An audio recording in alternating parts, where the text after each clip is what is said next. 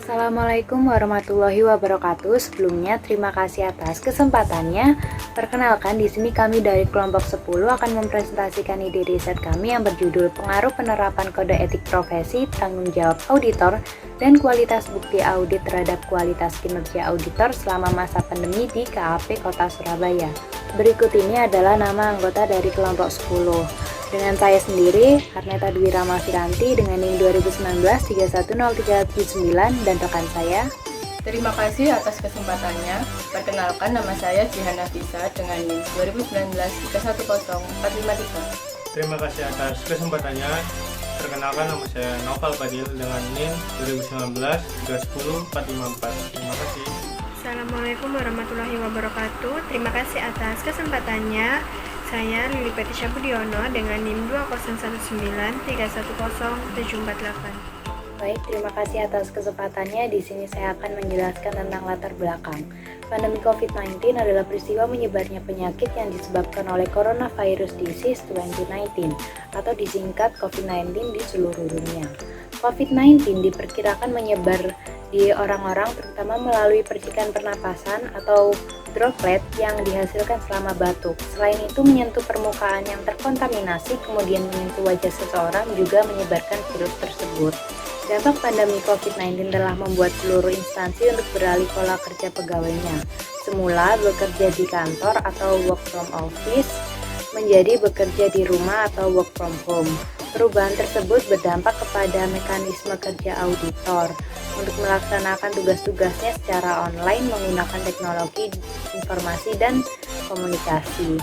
Pola kerja pengawasan dan pemeriksaan auditor yang biasanya dilaksanakan secara langsung berhadapan-hadapan dengan auditor harus segera menyesuaikan dengan situasi saat ini yang dilakukan secara online, sehingga membutuhkan keterampilan tambahan bagi para auditor untuk bekerja sejak perencanaan, pengumpulan, dan menganalisis data audit serta menyusun laporan hasil audit menggunakan teknologi informasi melalui penggunaan internet dan komputer serta teknologi informasi lainnya.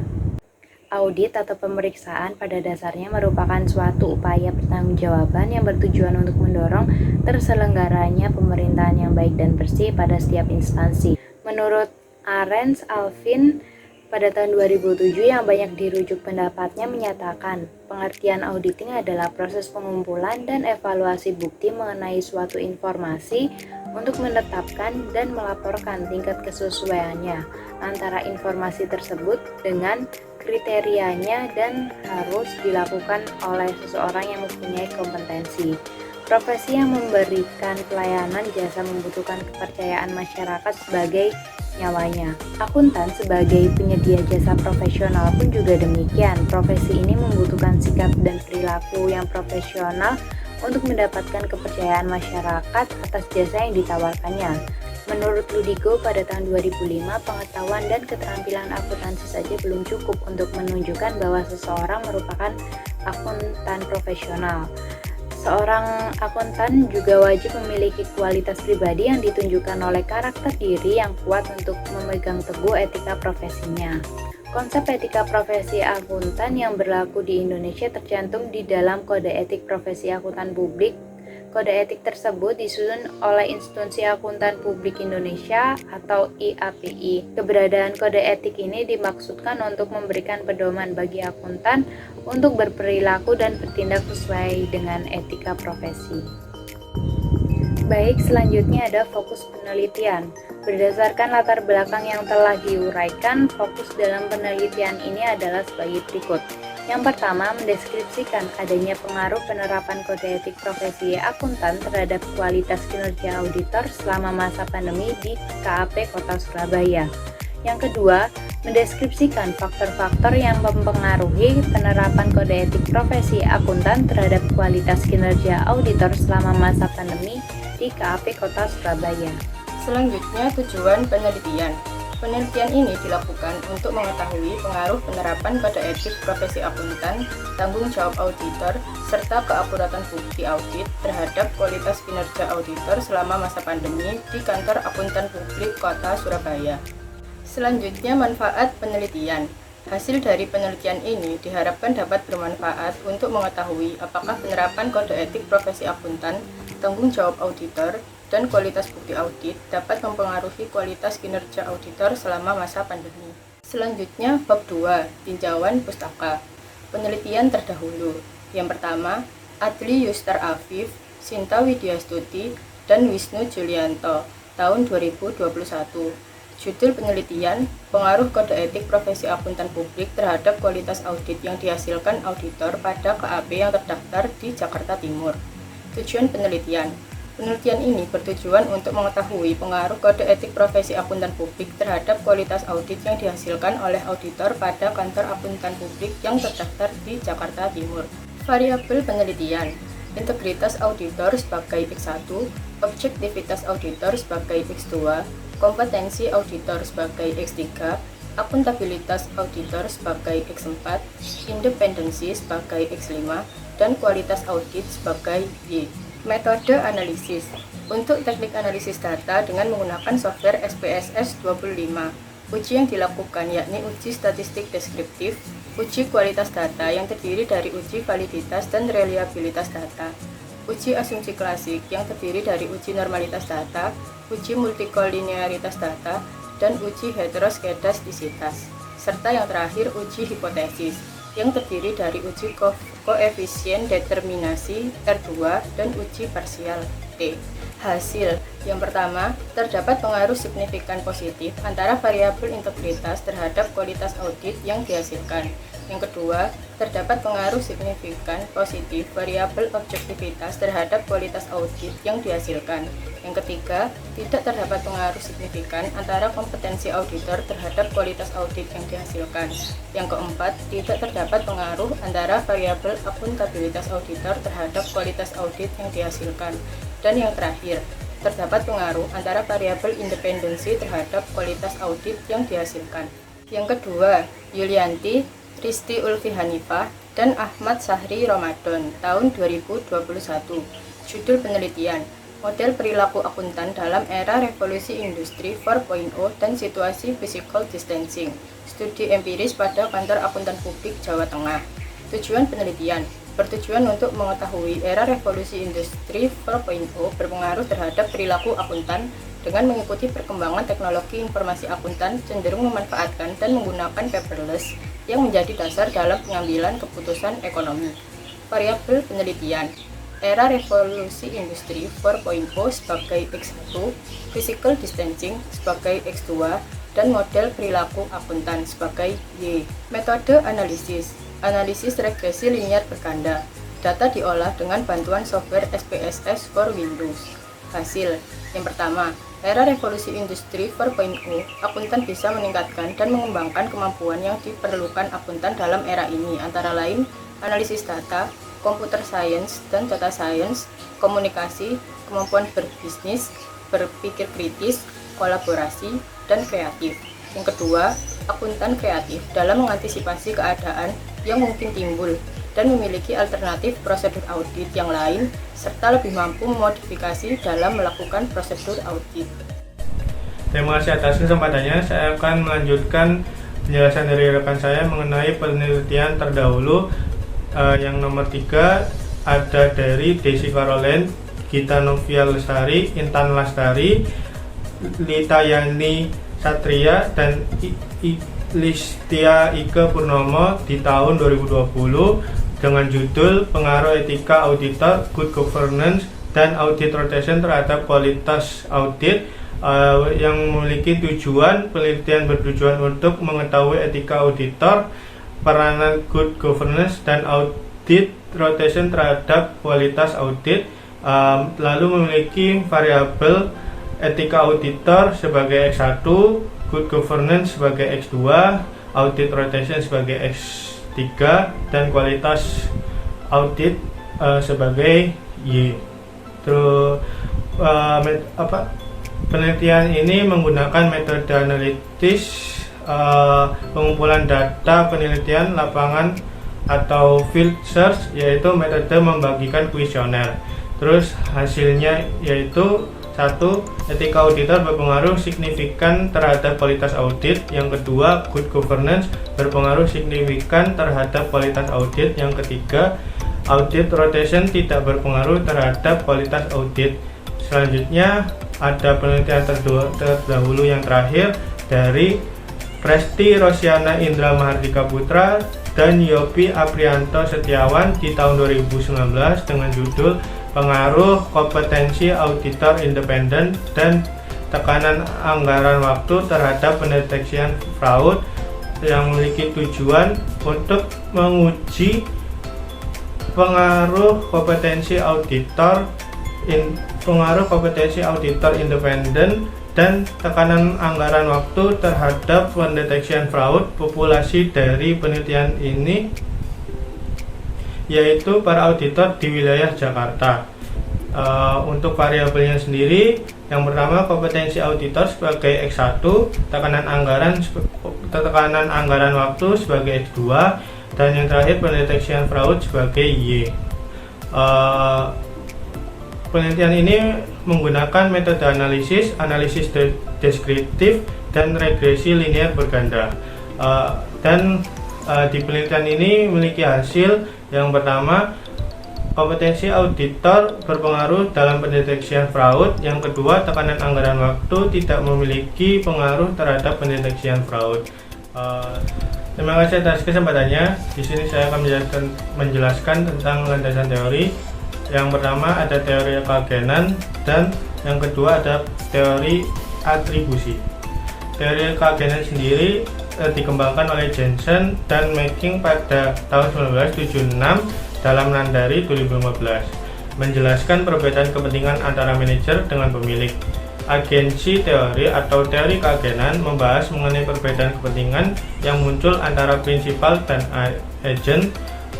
Menurut Putra Astika tahun 2010 halaman 64 dalam Nandari 2015. Selanjutnya ada teori atribusi.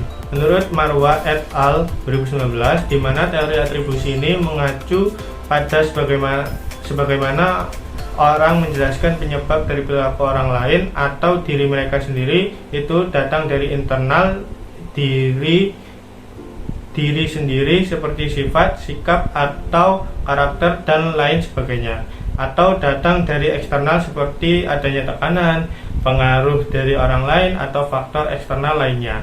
Dalam teori atribusi menjelaskan bahwa ada perilaku yang terkait dengan sikap dan karakteristik individu.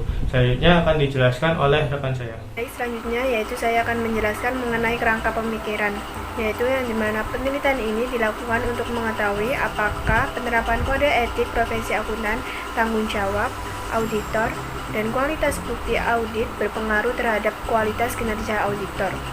Selama masa pandemi di KAP Kota Surabaya, serta mengetahui faktor-faktor apa saja yang dapat mempengaruhi penerapan kode etik profesi akuntan terhadap kualitas kinerja auditor selama masa pandemi di Kota Surabaya.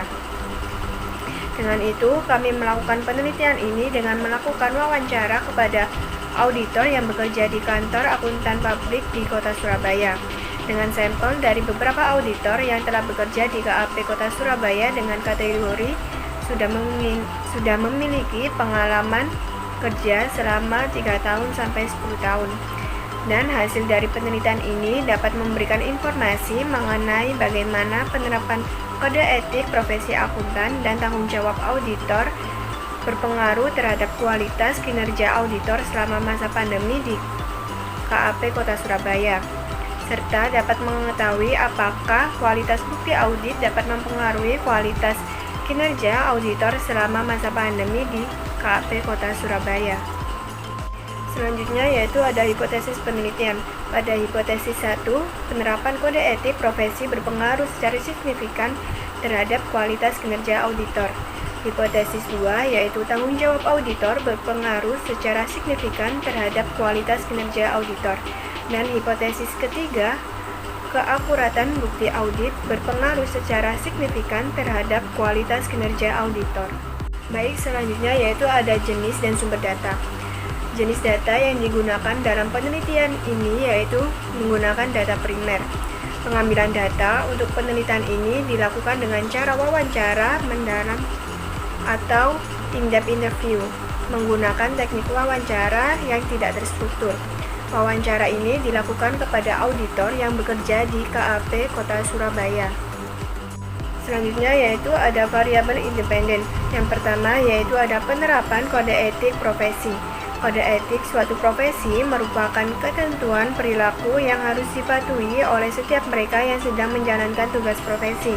Dalam penelitian Primara Harjo pada tahun 2011 menyatakan bahwa kode etik ini menetapkan prinsip dasar dan aturan etika profesi yang harus diterapkan oleh setiap individu dalam kantor akuntan publik atau KAP atau jaringan KAP, baik yang merupakan anggota Ikatan Akuntan Publik Indonesia atau IAPI maupun yang bukan anggota IAPI. Baik, yang kedua yaitu ada tanggung jawab auditor. Prinsip etika profesi dalam Kode Etik Ikatan Akuntan Indonesia menyatakan pengakuan profesi atau tanggung jawab kepada publik, pemakai jasa akuntan, dan rekan. Prinsip ini memandu anggota dalam memenuhi tanggung jawab profesionalnya dan merupakan landasan dasar perilaku etika dan perilaku profesionalnya. Selain itu, prinsip ini meminta komitmen untuk berperilaku terhormat bahkan dengan pengorbanan keuntungan pribadi. Berikut prinsip-prinsip etika profesi menurut Isnanto pada tahun 2019. Yang pertama yaitu ada tanggung jawab terhadap pelaksanaan pekerjaan itu dan terhadap hasilnya. Dan yang kedua yaitu ada tanggung jawab terhadap dampak dari profesi itu untuk kehidupan orang lain atau masyarakat pada umumnya.